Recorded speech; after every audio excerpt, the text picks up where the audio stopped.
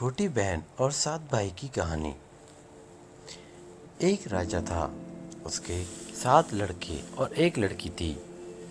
राजा ने अपने 7 लड़कों का विवाह करवा दिया था। एक दिन राजा शिकार करने के लिए गया और वह जब शिकार करके वापस आ रहा था, रास्ते में उसकी मृत्यु हो गई। पिता के मरने के बाद 7 भाइयों के सिर पर पूरे घर और राज्य पाट की जिम्मेदारी आ गई। एक दिन 7 भाई काम के सिलसिले में बाहर जाने लगे। फिर सभी ने अपनी पत्नियों से बोला कि हमारे बहन का अच्छे से ख्याल रखना, इसको किसी चीज की कमी नहीं होनी चाहिए। 7 पत्नियों ने बोला कि ठीक है। इसके बाद 7 भाई चले गए। भाइयों के जाने के बाद लड़की की भाभीयों ने उससे बहुत काम करवाया। सबसे छोटी वाली भाभी उससे काम नहीं करवाती थी। बाकी जो 6 भाभियां थीं उससे बहुत काम करवाती थी। एक दिन की बात है, शाम हो गई थी। बड़ी वाली भाभी ने कहा कि जाओ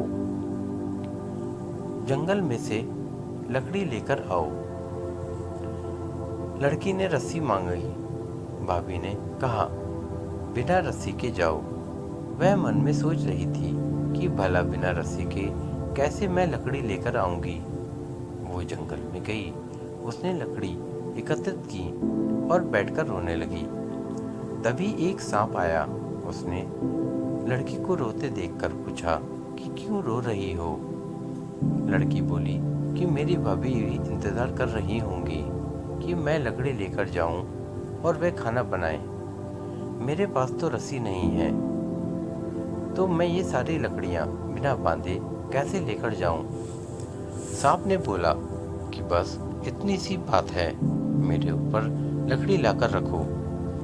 लड़की ने वैसा ही किया और सांप ने लकड़ी को लपेट लिया। इसके बाद लड़की फिर सोच में पड़ गई।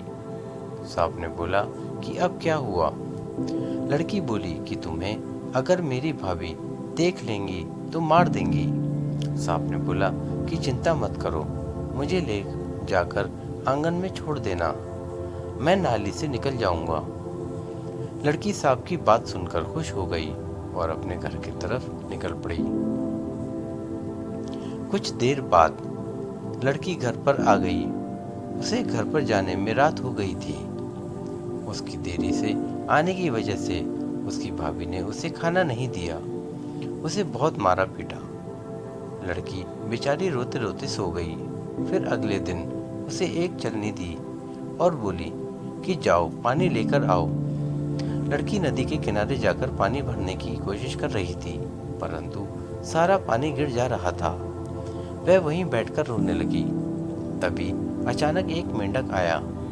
वो लड़की को देखकर पूछा क्यों रो रही हो।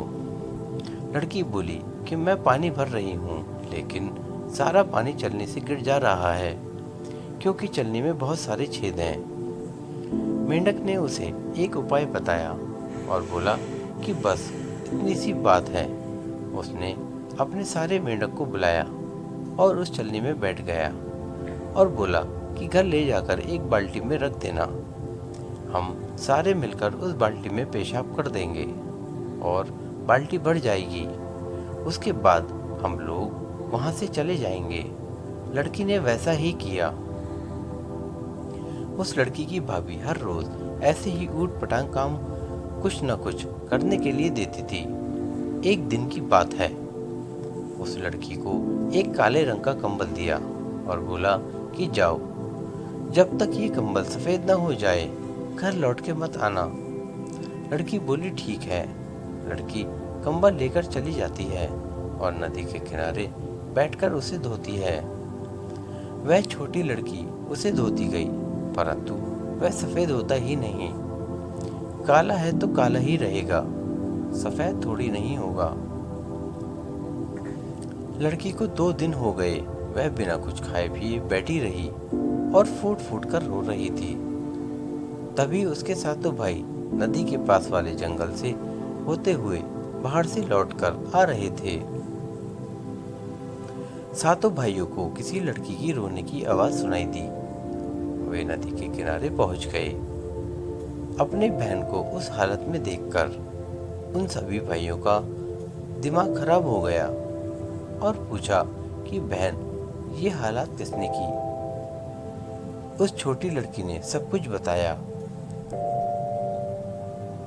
और उसके बाद सातों भाइयों ने बहन को साथ लेकर घर गए और बहन को बाहर ही कहीं छिपा दिया और बोला कि जब तक हम में से कोई ना आए यहाँ से कहीं मत जाना। इसके बाद वो घर के अंदर चले जाते हैं। सारी पत्नियां अपने पति को देखकर इतनी खुश होती हैं कि पूछो मत। कोई पानी लेकर आती है तो कोई पंखे से हवा देती है।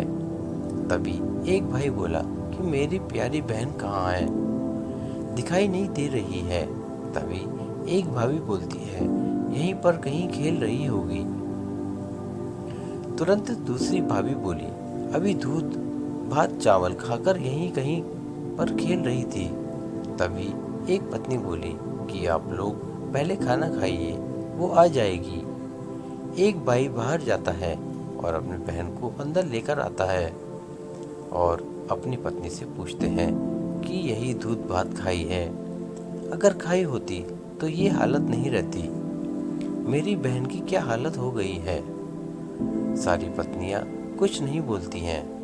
तब छोटी लड़की बोलती है कि सबसे छोटी वाली भाभी ने कुछ नहीं किया है,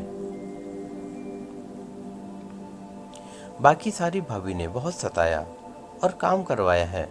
सारे भाइयों ने मिलकर अपनी पत्नियों को घर से बाहर निकाल दिया और सबसे छोटी वाली पत्नी रह गई।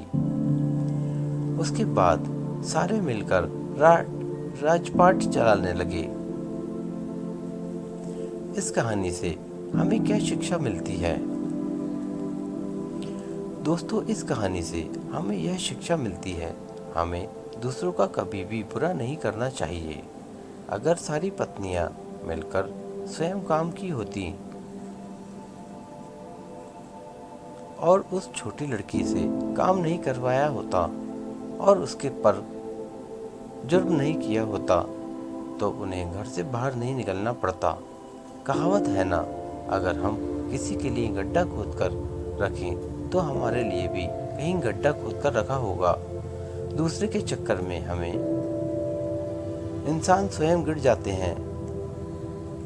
दोस्तों, यह कहानी आपको कैसी लगी हमें कमेंट करके ज़रूर बताएं और हमारे चैनल हर पल वॉइस को सब्सक्राइब करें और वीडियो को शेयर और लाइक करना ना भूलें। धन्यवाद। आपका दिन शुभ हो।